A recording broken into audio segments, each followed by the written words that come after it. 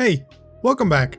If you're new here, then welcome. Among Us is a game that's literally exploded and is sweeping the nation right now. You've almost certainly heard of it one way or another, but if you haven't, then it's basically a 10-person multiplayer game where you typically have 8 crewmates and 2 imposters. The imposter's goal is to kill off the crewmates before they can finish their tasks and fix the ship. But the catch is you don't know who the imposters are. So they could be the person you've stuck with the whole game and you've just gotten mind-gamed into helping kill your innocent friends. Anyways, as someone who is pretty much only qualified to make Pokemon content at this point, I knew there had to be a way to cross over the two and cash in on those sweet views. So one night in a depressed, insomniatic state, my brain was moving at approximately 85,000 miles per hour, and instead of sleeping for work in a couple hours, I was planning the crossover of the year. So how do I plan on doing it? Well, in Pokemon Black and White, there was a special ability released for everyone's favorite little blob. Ditto's Dream World ability is Imposter.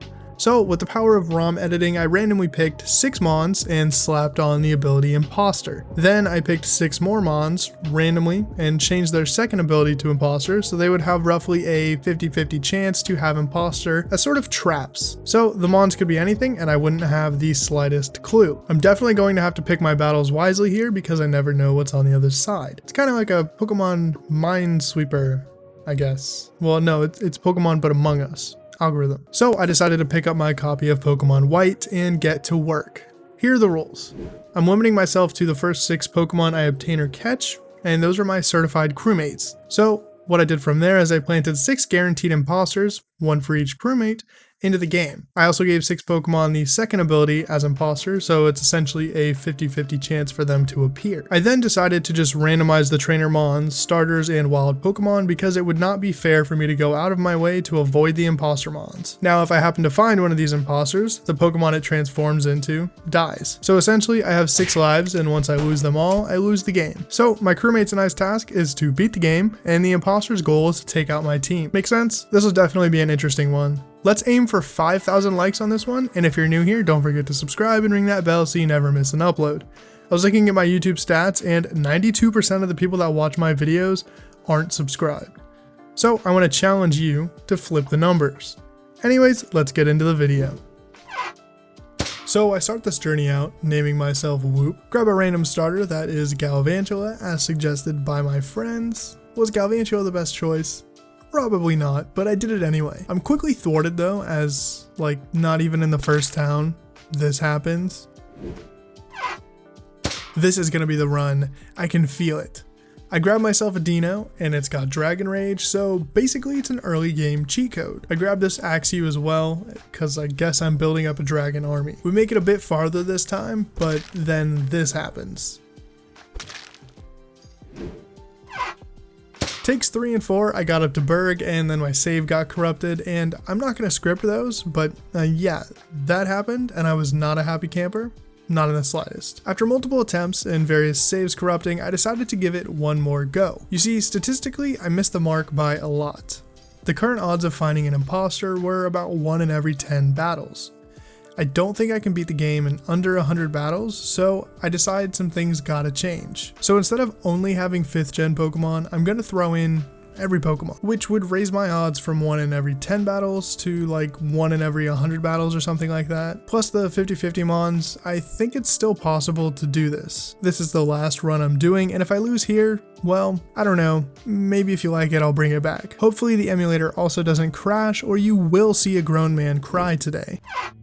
So I name myself Whoop, grab my starter, which is a Loudred, and crack on. I catch a Pawniard up on this first route just in case I find an imposter, so I don't lose this one right off the bat. Which actually works out perfect because it's got Defiant, and for some reason everything under the sun was trying to lower my stats. I also grabbed this Dino I found as well because I knew it had Dragon Rage, and that's essentially an early game cheat code. Anyways, on to the gym. Literally the first Pokemon was an imposter, and yeah, Pawniard's life was short-lived, but we secure the badge and move on. Following that whole fiasco, I decide I'm just going to catch the rest of my team here. So basically I'm just going to grab 3 more mons.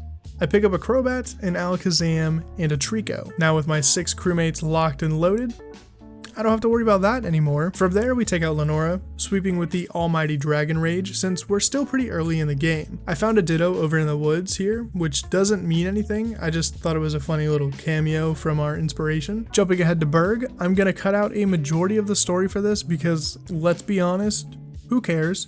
And miraculously, my game did not crash. I actually struggled really hard against Berg, but I ended up pulling out the win with Loudred. At this point, I'm getting nervous that this challenge may be a bit too easy, and thus my video will be kind of pointless. Naturally, 5 minutes later, I find an imposter. Yeah, Jerem somehow snuck one of them onto his team and took down Dino. Kind of ironic because it was also his Zwilus, but who's counting? And so, another Mon bites the dust.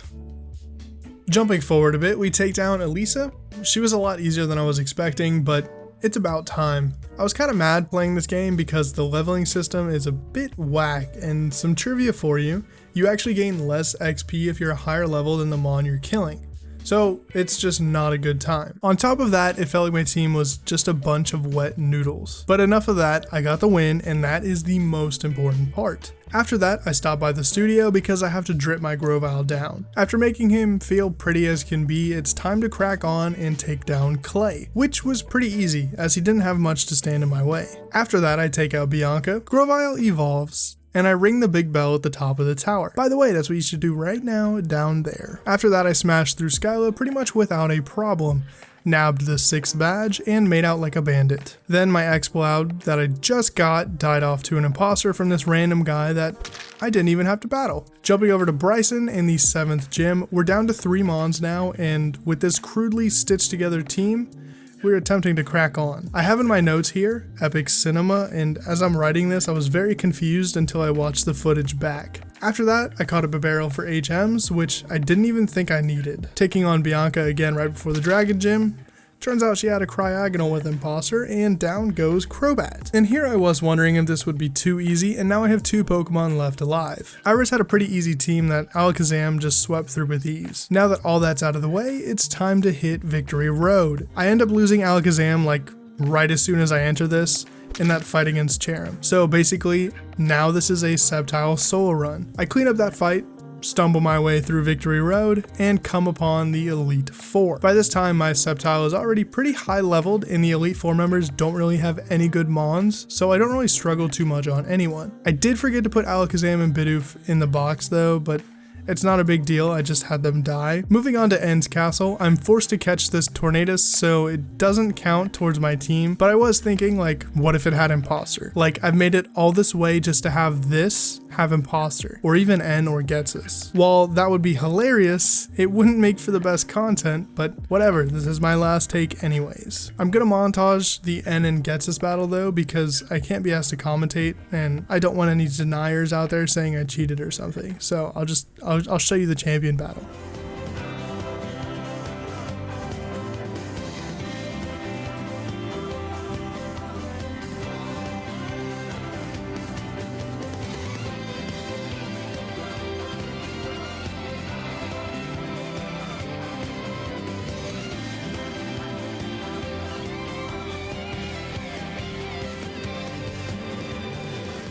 And there you have it.